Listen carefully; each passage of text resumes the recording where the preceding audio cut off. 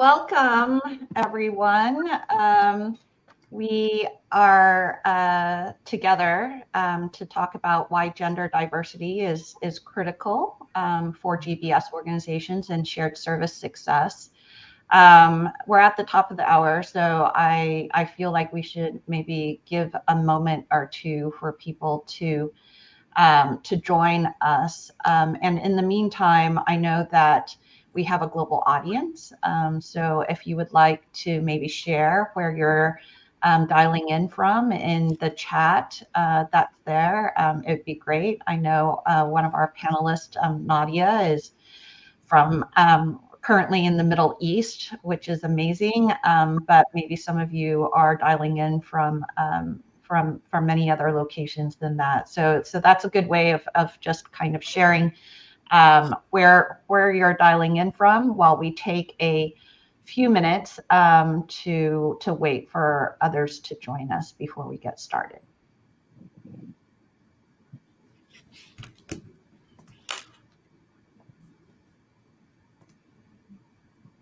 Okay.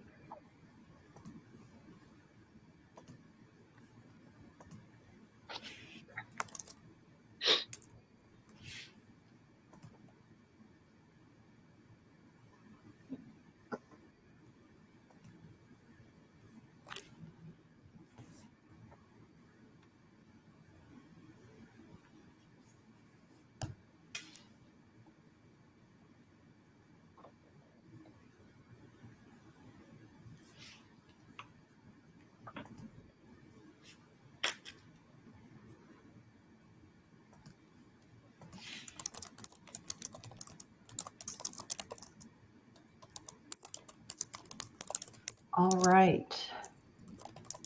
So I think we're 2 minutes in, so I'll go ahead and get started. Welcome to this LinkedIn Live. If you are familiar with Everest Group, we've been holding some of these sessions for quite some time now, and we explore different topics on a conversational basis.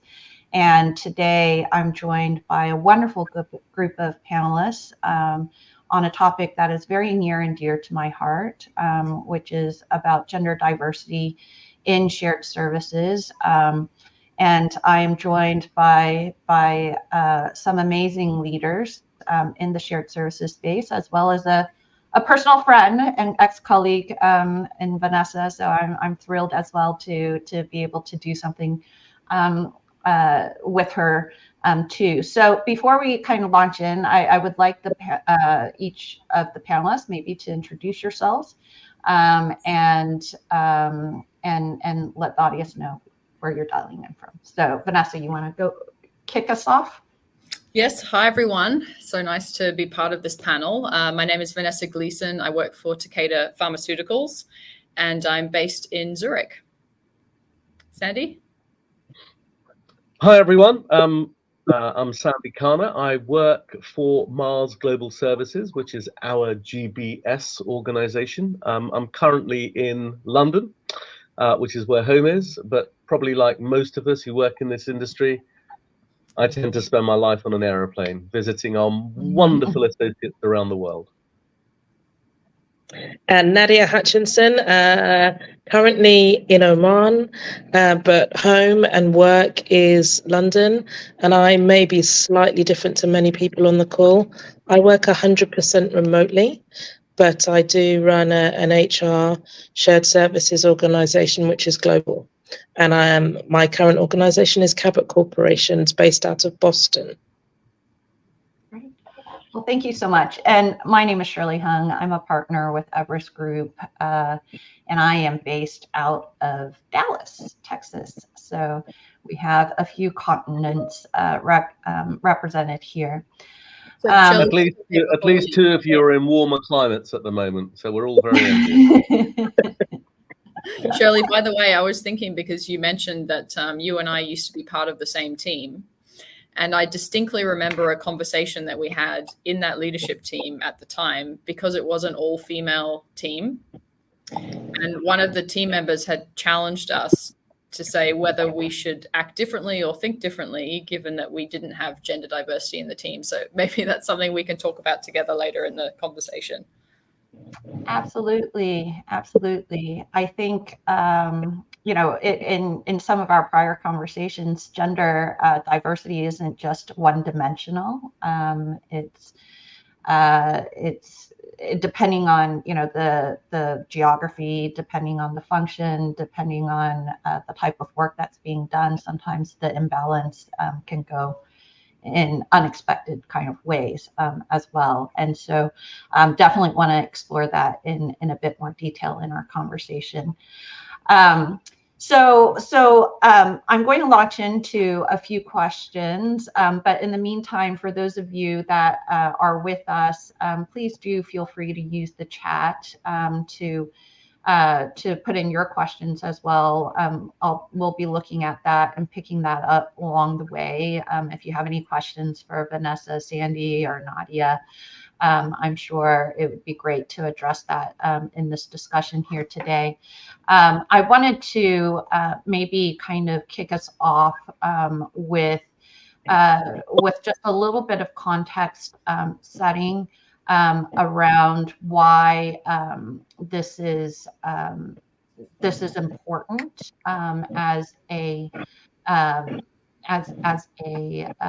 topic, mainly. And I'm not great at, let's see if I can actually share this correctly. Perfect. Okay, I did it.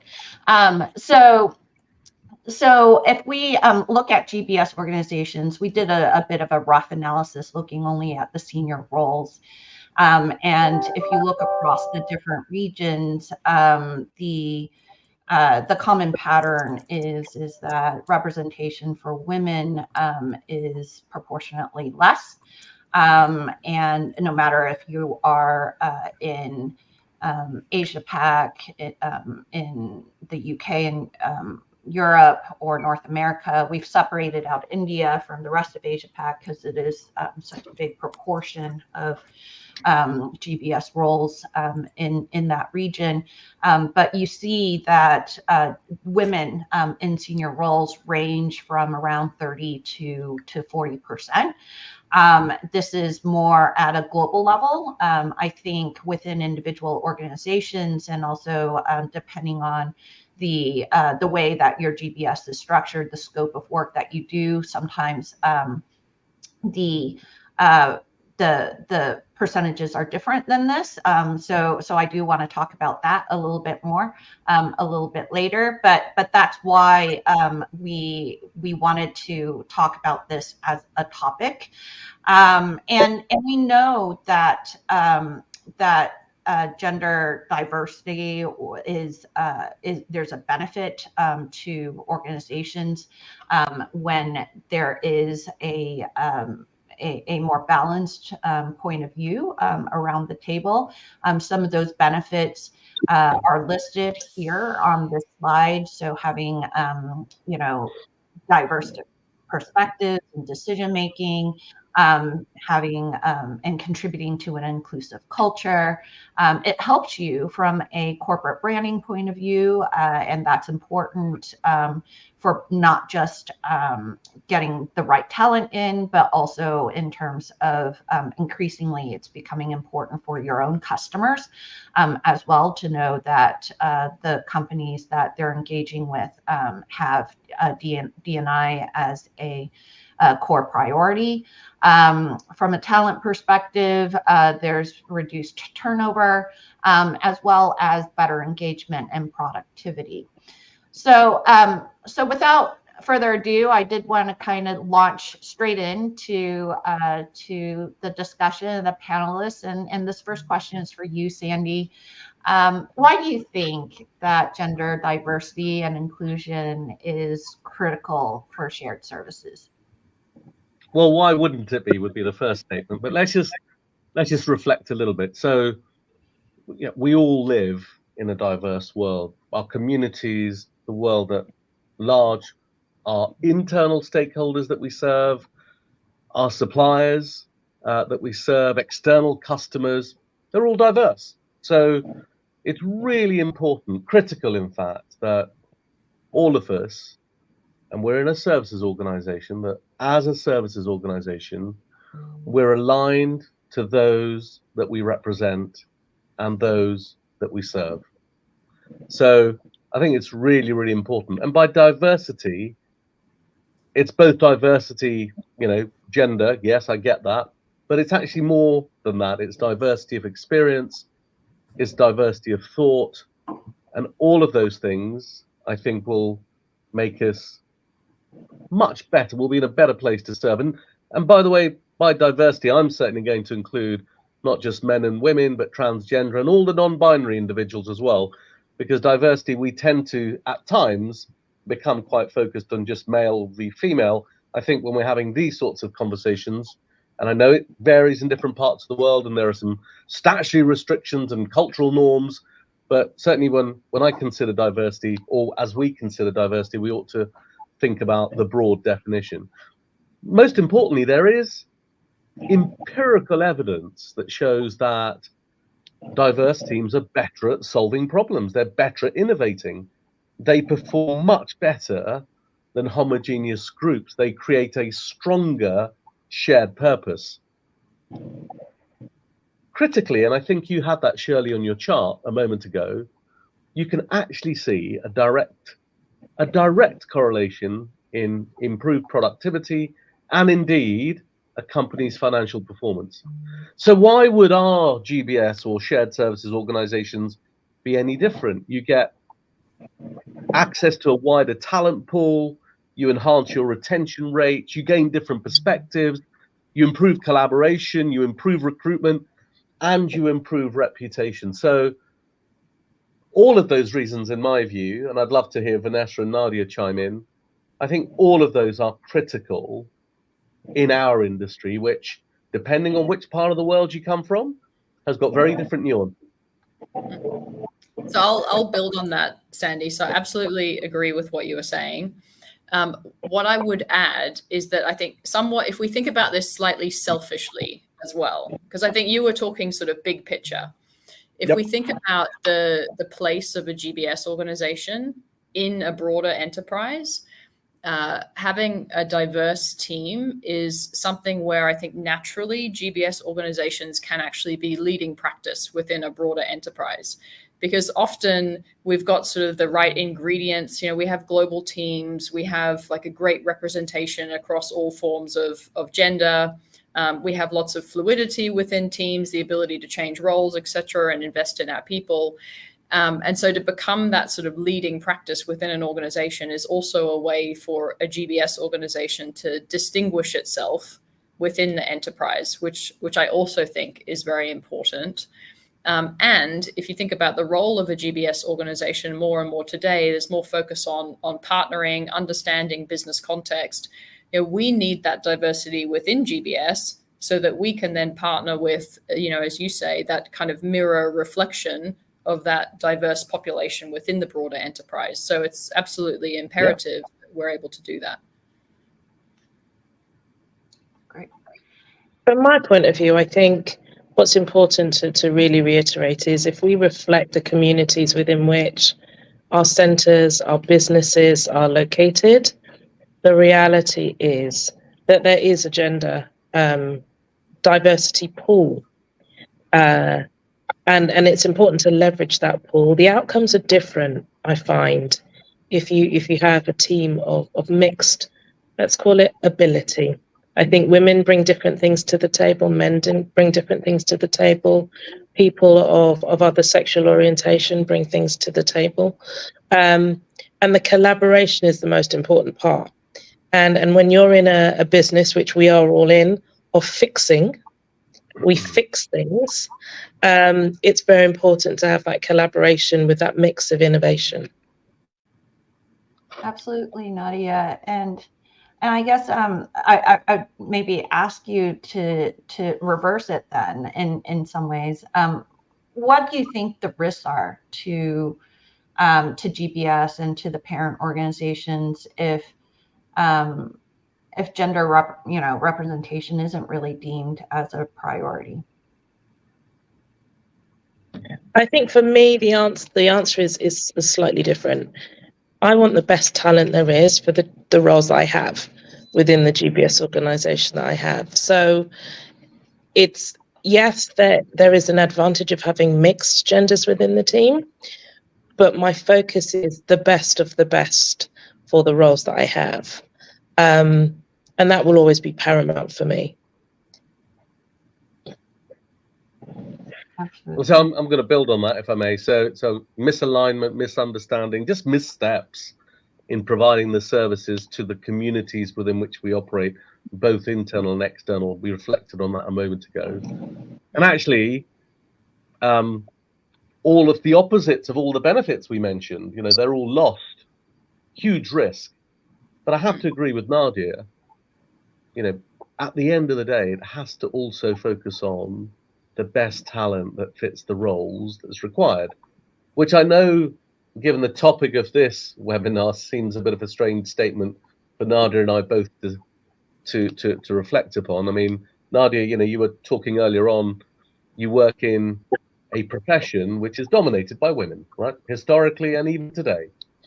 So, maybe you just want to build upon that conversation we had around, you have an opposite problem. I have an opposite problem in what I've created at the moment. So should we just explore that a little bit? Because that also introduces a risk, doesn't it? I think so. So just to give the audience the context of the earlier conversation, we were discussing that depending on location and depending on service line, you may tend to have more men in one service line or more women in another service line. So my service line is HR, and typically HR, engine room, as I call GBS, and front office or wider HR is dominated by females. So there are risks in that depending on the age profile of those females. And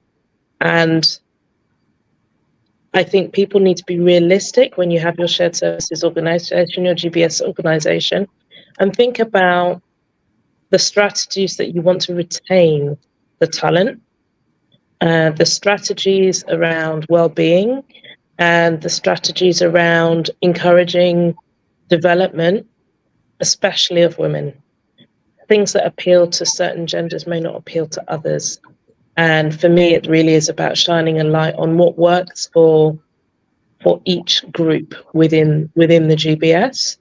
So one kind of it's a risk. So let's be honest with ourselves. If you work in some parts of the world and you have a dominant female population, you will have several women who will have family or caring duties or duties within the communities that they live in, and have benefits that are attractive, so that the risks to your business of high attrition are reduced. But it's about thinking broader about what really is attractive for these for women, I would say. So one of the things I was just reflecting as you were speaking, I do think one of the beautiful things about working in the GBS industry is that, generally, if we think about like mature GBS that has multiple functions, so it could be HR, procurement, finance, IT, etc. As you said, Nadia, within those pillars, you might have perhaps a majority of women in HR or a majority of men in finance, just to be very generalist, right?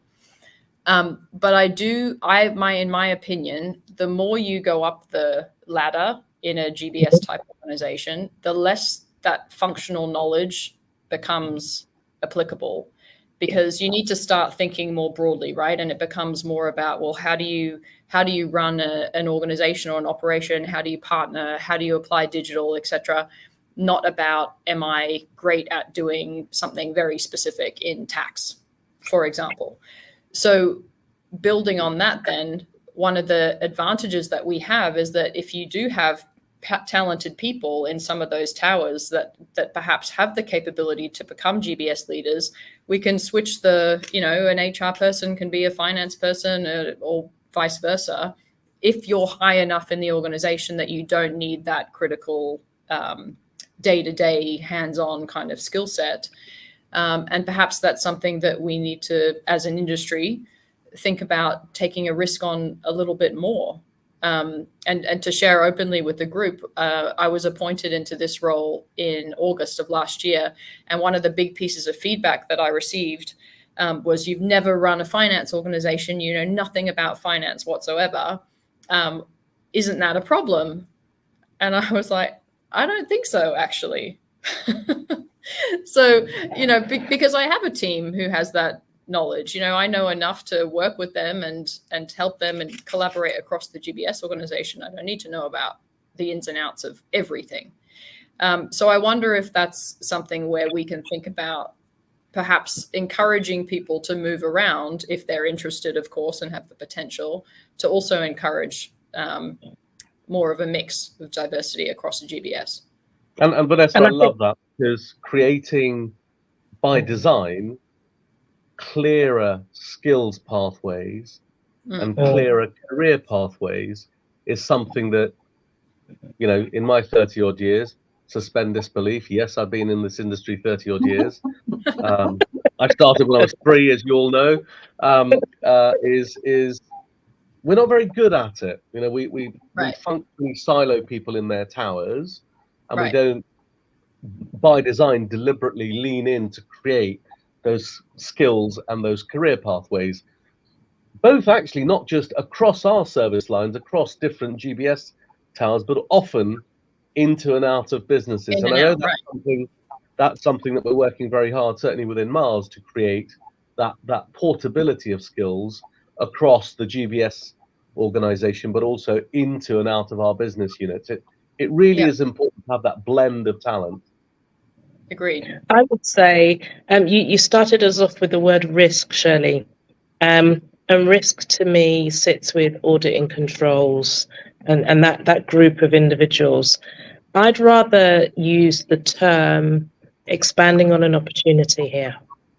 I don't think any of us are sitting with a risk because we have less diverse or overly diverse, or because of the mix of genders that we have in our teams. But there's opportunities that we're now at the helm of exploring, because they can make what we do for our businesses better. I think the risk is if we ignore it. If we're not seeing it, and especially also if we're out of step with the broader organization. If you have an organization that's pushing this and you're not reflecting that in your GBS, then it's fair. Yeah. I feel like for me, it's there's also a risk associated with the performance of individuals and the team as well, because we want people to bring their whole selves to work. I think the traditional old ways of saying that your home life is your home life, your work life is your work life, that hard barrier is no longer really in existence. We all encountered that during COVID, right? But your gender is part of who you are. It's part of your worldview. I actually have a little bit of a pet peeve sometimes when I hear people talk about gender neutral, because I feel like we need to move towards gender appreciative.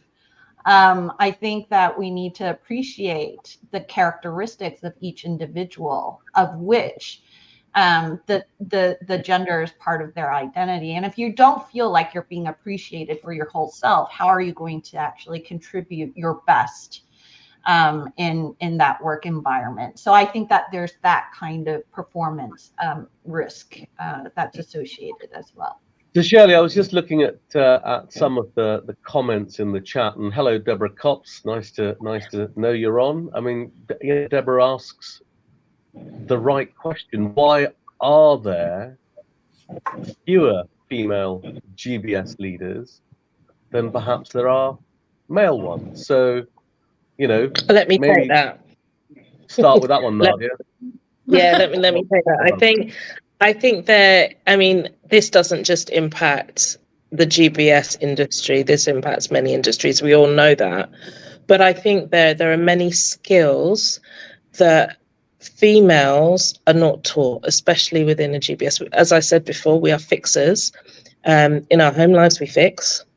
In our work lives, in this industry, we fix. And sometimes it's less about the technical everyday skills, and it's about the skills of leadership and management, which in many organizations are not deliberately taught. So you'll find that people who have just naturally confidence, people who are able to promote themselves, the elevator pitch, they've got that fine-tuned, they tend to rise up the ladder. And rightly or wrongly, and this isn't something that Nadia says, this is something that science tells you, is that men are better at that than women.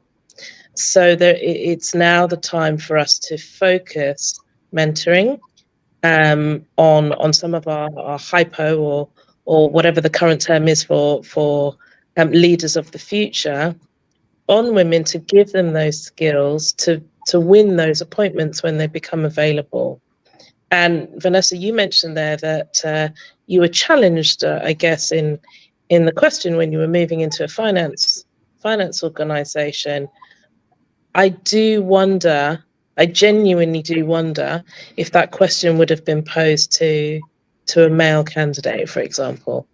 And in my sense, it wasn't posed in a like a you can't do this. It was sort of like a, this is an area that you don't know. But I think you might be right. But I also think part of it is, how do people perceive what is a GBS leader? And when I say people, I mean stakeholders, decision makers, out there in organizations, because I do think that perhaps as the industry evolves, we are starting to look at these roles differently than maybe what we did 10 years ago, for example, and therefore also what kind of characteristics do you need in a person? I see this the head of GBS role, for example, as it's a leadership role. I mean, that's what it is. It's not a technical position. It's a transformative change, business partnering. It's all those leadership characteristics, which, as we know, both men and women are very capable leaders. However, I wonder if in the past, stakeholders and decision makers have viewed it more as maybe more as a technical role, and sometimes more a role that perhaps requires combative, I can't speak. Combative, yes. Combative skills, which it should.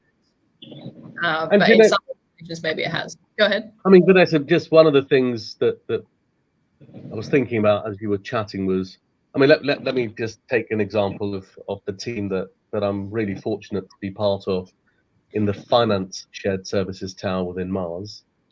We're 73-27 women to men, right? That's across the board. When you look at the leadership positions, our line managers, about 80 line managers, equally diverse. You get to the leadership team, about 65% diverse. So actually, we've got a really healthy mix, I would suggest. And why is that? Well, now maybe this is my unconscious bias, and I want to talk about that. But I'd love us to explore that in a moment. But I just believe women are better at leading and managing large and diverse teams, particularly culturally diverse teams. Far superior at managing stakeholders, navigating complexity, language dimensions for sure. And you touched on something, driving change and transformation.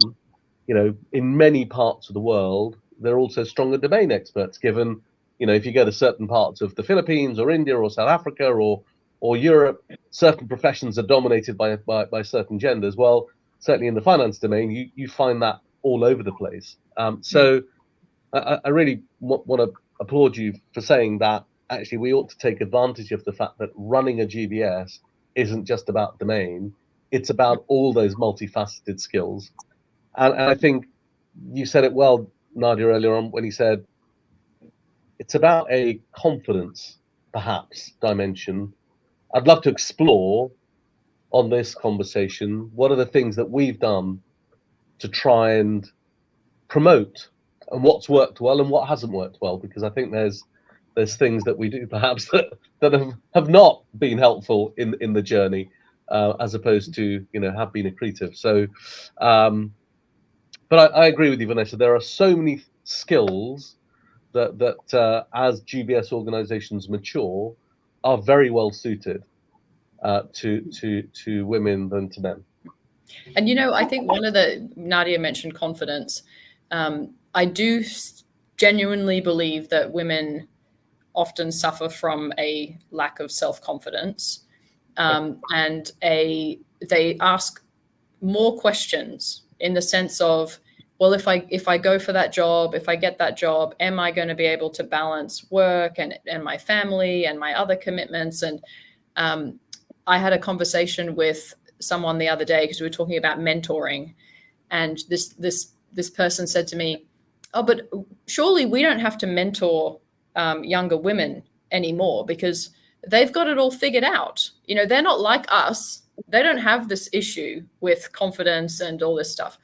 And I said, no, I think you're completely wrong, because when I do speak to women at the start of their careers, they are asking the same questions that we were asking 20 years ago. So it hasn't changed. And that's hugely disappointing, that we still have women coming into the workforce with this mentality of, well, maybe I can't do that for XYZ reasons. So for me, that's something that we collectively need to help more with, to say, look, it can be done. It's not easy. We certainly need to think about the barriers that are in place in corporate life and how we can change those things, but don't rule yourself out before you even get in the race. Yeah. I think it's also about, if I may, I think it's also about the stakeholders who are choosing the leaders, educating them. Your question around what is a GBS leader, do they actually understand what that is? It's all well and good having a role description and knowing the tasks that you have at hand for the GBS to perform, but it is also around educating them about what does a good profile look like for the leader in that role, and some of the things that you need to consider. So, Sandy, you talked earlier about you're always on a plane going somewhere, and the leaders choosing talent, female talent, often make an assumption that a female leader doesn't have the capacity or the time to jump on a plane as often as a man does, because they're at home taking care of family duties. It's about educating them to be more open-minded to some of the things that fit the profile for the talent that they're looking for their GBS leaders. I've had many conversations with exco members who really don't understand what GBS leader does. They know they need to have one, and they know why they need to have one, but what you do day to day is a bit of a haze. No. It's a deliberate strategy. It's keep it a secret. Keep it a secret. Tell no one. We're a rarefied breed. But I'll give you an interesting example. So when I was thinking about, or not thinking about, but in the running for this position, someone said to me, if you take this position, you're going to need to change the way you operate today, because I'm someone I have very strict boundaries in place. I'm very good at managing my work-life balance and my mental health and all those sorts of things. And this person said, you will have to take calls at 2:00 in the morning, and you will have to fly around and whatever. And I was like, I said, okay, thanks for that advice. And in my head, I was like, that's complete bullshit. Like, honestly, Yep. That, when you take a role, you make it your own and you make it suit you, and you communicate to people about how you work, and, you have everyone has different styles and stuff. Right. So I often get asked, well, now you're in this role, like, how has it impacted your work-life balance? I mean, it hasn't, honestly. So that's another example where, as you say, Nadia, it's this perception that, oh, you've got to be on a plane or you've got to be up all night taking calls. Like, you don't. No. Actually, Vanessa, Nadia, just let me be the provocateur in this little foursome that we've got going here. So, I've kind of got this thing in my mind around there are certain approaches and strategies that I've tried over the years to try and create the right balance in a team, in the leadership within shared services that I've operated in. Inclusive hiring training being mandatory so that you don't go into a conversation with, an unconscious bias. So unconscious bias training as well, deliberately leaning in and giving individuals the confidence to tackle roles that maybe they're not quite ready for, but with extra support and mentoring and support, leaning in and taking that extra leap of faith, someone once called it, having very strong sponsors or perhaps mentors and career coaches to help build that fuller self-confidence kind of environment. That confident building is very, very important. And then specific, by design, accelerated development programs. We call them differentiated development plans, for example. I just wonder what other strategies you've seen or have employed that help to tackle the gender imbalance. Standardizing terms, perhaps. I know salaries used to be an issue back in yesteryear. How have you, as strong female leaders, encouraged women to progress? Because that is really important, right? You lead from the front. So I'd love to get your perspectives on that. I mean, for me, it's really quite basic. We all have personal, we have performance reviews, appraisals, called multiple things in different organizations. For me, it is mandatory for a personal development goal or set of goals. And it doesn't need to be tied to your role within GBS, but it does have to be something that will support your growth professionally. And most of the individuals within my organization, it does mean going up the career ladder, developing those skills, not technical. For me, technical skills are a given. You have to have them. And if you need to have a professional tax qualification, whatever, I take those out of this piece. I'm talking about negotiation, vendor management. Can you read a balance sheet? The things that, compose an MBA in many ways, and help with the confidence. Another thing for me, which has been quite controversial in my last 2 or 3 organizations, is flexibility. So if I have trust in my team, I really do not care what time of day you work. I just care about the delivery and the good delivery and the quality of the work that you deliver to the deadlines that are agreed. And it's very controversial, but for me, that allows you to have the best, and I don't call it work-life balance, I call it work-life harmony, that's suitable for you. Because what's suitable for me is not suitable for you, is not suitable for the next person. And those are kind of the top 2 that work for me. Vanessa? Yeah, I mean, I think what's very important, so Sandy, you mentioned role models, and perhaps one of the issues we have in the industry is that we don't have so many role models out there. Well, to quote Deborah, who's just put in the chat, not perhaps. It's not perhaps an issue, it is an issue. We don't. I think that is very important. And so within, our organization, one of the things that I actually love doing, and my leadership team loves doing, is we mentor a lot. So, working with people of potential, regardless of gender, but making sure that, we're really understanding helping them, what are their barriers, etc. And I think being very open and promoting an inclusive environment. So, I, for example, personally try to share a lot. So when I go to a site or, I'm talking to people in town hall or whatever, I will tell them everything that's going on at home and at work, because I want them to see how, I like your term, Nadia, how there's the harmony between the two and how it is possible.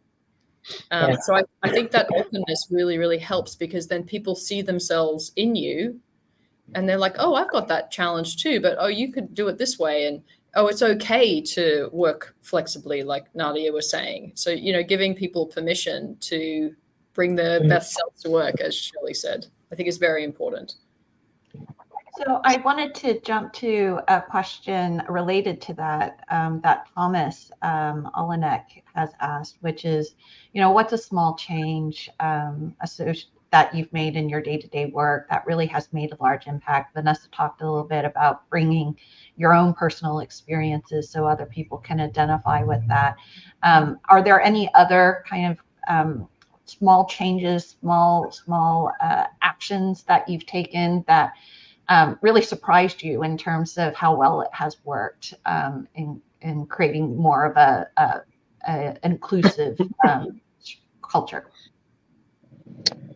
I've got another one that's simple for me. As leaders, we have our team meetings, we gather our teams, and we speak a lot. We are telling, we're asking, but our voice is typically the dominant voice in the room. For maybe half of my meetings each year, somebody else is leading the agenda, somebody else is chairing the call. I deliberately sit and keep my mouth closed, even to the point where sometimes I'm the note taker. And the reaction when you introduce this kind of way of working is horrified. Most of the team are absolutely horrified, especially people who are at the beginning of their careers or haven't had many years of work experience. But the reason I do that is because your voice matters. And one of the biggest pieces of leadership, or one of the best skills you can have, is your voice, elevating your voice, your opinion. And I find that also helps me determine who some key leaders are, or who needs help in certain areas because of the way that they approach the meeting. So I don't give them any formula. There's no, you have to follow this, and you run the meeting however you want to run the meeting. We just all need to get the same content out of each meeting once a week. And that's worked really well for me. And Nadia, something similar. I called it amplification. And that's really, particularly in certain parts of the world, to your point, the Hippo principle applies. The highest paid person's opinion always dominates. The acronym HIPPO stands for highest paid person's opinion, not a reflection on my physique, by the way. And well, it is actually, it's a bit of both, but the reality is there's a tendency, and I'm very guilty of it. I often engage my mouth before my brain or my heart, and that's not a good sign of a leader. Giving space to people to express an opinion, and then repeating that rather than it just being a noise that evaporates into the ether. So deliberately amplifying a point made by someone else, particularly in certain parts of the world, women, really does, in my view, make a difference. So don't just let a comment sit in the room, amplify it, repeat it, make sure it remains at the surface. So Thomas, that's something that I've experimented with. I profess to have a magic bullet around this, but creating a meritocratic and equal safe space and a culture is really important anyway. But I find when I'm part of a leadership team, creating that safe space for everyone, both psychologically safe as well as other safety factors, is something that encourages confidence. I think that building confidence is so important. Just to give if we talk about small things, I mean, one is like reward and recognition for people. So for example, I was in Poland a few weeks ago, and we just had like a kind of a round table, like 20 people around this table. And there was this one woman in the group who was from one of our accounting teams, who was being, she was just really sharing her opinions and even like challenging me, but in a really constructive way. And I was super impressed. I'd never met her before. And afterwards, I said to one of my leaders, hey, like, we've got a ticket for a conference, which is in a different country. like a few days, let's get this lady to go along and show her that her behavior has positive, consequences for her. Or like, when you have a leadership meeting, like you were saying, Nadia, like, why don't we just have one random person from the teams who's shown promise, they come and join, and, they can take part and be part of a conversation they may not ordinarily be part of. And these are small things, but they can have a big boost to an individual's confidence. Yeah, absolutely. And I wanted to kind of pick up on that because it seems like a stream that has come through this conversation. There's a lot that leaders can do to promote diversity and inclusion. And I do think helping encourage and build confidence is a really big one. I remembered 15 years ago when I was interviewing to join in as a leader of a team. I was unsure whether I could do the role because I wasn't a domain expert. So actually, I was questioning myself, and I did it in a manner of saying, "Hey, if you're looking for a domain expert, that's not me. What I can bring is X, Y, Z." And the response that I got back was, well, that's precisely why we want you, because you have a team of domain experts. But what we don't have is the ability to kind of think in the broader context and to have more of a strategic problem solving point of view. And I was very, very grateful, actually, to have encountered a leader that saw that and that reinforced that, and challenged some of the conventional thinking around what kind of skill sets and experiences you need to be successful in a role. I think we can all kind of identify with the fact that job descriptions are written from a very idealistic basis, right? This is the laundry list of what the perfect candidate is, but that there's no perfect candidate. There's always has to be some gaps. Otherwise, why would the person take the role? Right? Like they've already done it. So what is the growth opportunity for them to take the role if they've satisfied every criteria? But there are studies out there that says that the way a woman potentially reacts to not fitting all the criteria versus a man when they're submitting their name in for a new role is quite different. Women don't actually even toss their name into the ring. Men are a lot more optimistic about it. They'll take a flyer. They'll say, well, it looks interesting. I may not perfectly fit, but I want to be considered. So I think as leaders, there's a huge role to play to try to encourage people to maybe think about themselves in a different way as well. So at this point, I do want to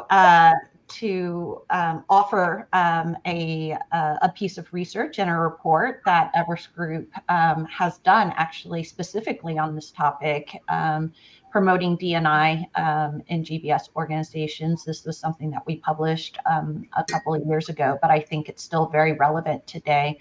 If you click on the link in the chat, you'll have an opportunity to just download the report on a complimentary basis, and hopefully that will strike some thinking for you. I know we have about 10 minutes left. What I wanted to maybe cover off is we talked a bit about different solutions, the small actions that you've done, which has really made a difference. But what are some of the other kinds of solutions that you've seen work or potentially not work that organizations and leaders have tried to solve this issue in the short, medium, and long term? So I'll share one of the things I think is hugely important, and Sandy actually touched on it. So I think, Sandy, your term was differentiated development, which is which I think is great. Because I do think sometimes we fall into the trap of, oh, like if Shirley just does her job every day, then in 2 or 3 years' time, she'll be ready for the next thing. It's just a matter of time. But that's not really how it works. So I think we need to be sort of invest strategically in which people are we going to have these sort of differentiated development, and really work closely with them and make sure we're giving them opportunities, we're giving them feedback, we're giving them the right visibility, so that by the time that there is that opportunity for them, that they are super well placed, not only with the stakeholders and from a skill set perspective, but most importantly, that self-confidence that, no, you can do that. Like, you've tried it here and you've tried it there, and now you're ready for the next role. So, I think particularly when we're talking about gender, with females, I think that approach works very well to show that you're there by their side. Development is their accountability, but you're there to support and help open those doors and give them those opportunities to develop. I think it's also talking with team members about, so certainly in my journey, I would say over the last 25 years, I've created roles that didn't exist because there's been a need. And talking to the talent about, what do you think about this? Do you think this is something that you could do, or does it excite you? Being open about the fact that if your organization is not large enough, for example, or doesn't necessarily have those easily visible steps up, that there are also opportunities within our teams. We're creating new AI, we're creating roles, we created data scientist roles, we're creating all sorts of new things. And it's about them putting their talents forward for these new opportunities. I was laughing, Shirley, when you were talking about job descriptions. And I was like, those are really and truly relatively new in the GBS organization. And why are they new? They're newer because talent acquisition and HR have told you have to have a job description. It's all your fault, Nadia. It's all your fault. It is our fault. But the reality is, I know certainly many roles or people turn up at organizations through conversation. What is it you think you want me to do? I think I can do this. And the person presents their credentials on, a CV or through the conversation, and actually the job description's a bit of an afterthought. And I'll just reiterate that. I think we need to lean in deliberately in creating the right stepping stones. I love that term. Skills and career pathways really do matter. And I think, Vanessa, that differentiated development plans, because I think there's a tendency to cookie cutter. Oh, you must all have these. Well, actually, we're all human and we're all individuals, and we all need something tailored specifically to help us gain the skills that we're lacking in. I mean, subtlety isn't my greatest point. I certainly need help with that one. Perhaps talking too much is something else I need to think about. So, I Shirley, to address your answer, yes, there's unconscious bias training, and there's mentoring and confidence building, and all sorts of tactical things we can do. But I think really, I love Nadia. I'm not saying go create roles that don't exist, but let because I think we're always under some sort of cost constraint, aren't we, in the lives that we operate? But actually recognizing that what we need for the future. I mean, we worry about Gen Z. So let's start worrying about Gen Alpha, because they want something very different, and they're coming fast. And I don't think any of us have really thought that through generally, but particularly what it might mean for, a more diverse workplace. I love that idea of let's think about creating stepping stones in the right way. Well, great. We have a few minutes left. Any closing thoughts before we wrap up from any of you? I would assume that if people have dialed into this event, that they're probably already advocates of DE&I in some form or fashion. So, I guess the question for all of us as a collective, those on the call as well, is, how do we continue to evangelize? How do we continue to make it a priority? And what do we do differently in the context of our own organizations? So, to think about, well, what are we going to do? So you listen to a LinkedIn live event for 45 minutes or so, but what's the takeaway? What are we going to do? Because I think this is the point, right? We need to take actions. Great. Well, thank you so much, Vanessa, Nadia, Sandy, for being on this panel. I know that this is a topic that we can spend hours or indeed a whole career thinking about, and we should. So just as a bit of a reminder to the audience, if you did want to get a copy of that report on gender diversity in GBS, the link is available for you to click on. I'm sure, I guess I'll speak on behalf of the panelists here. I'm sure that that we would all be happy to connect with you and network with you if you wanted to extend an invite on LinkedIn or something like that. That seems to be the way I keep track of people these days is actually through LinkedIn. So feel free certainly to reach out to me if you'd like. But I really appreciate your time today. I really enjoyed this conversation, and thank you to the audience for tuning in. Thank you. Thanks, everyone. Take care. Thank you.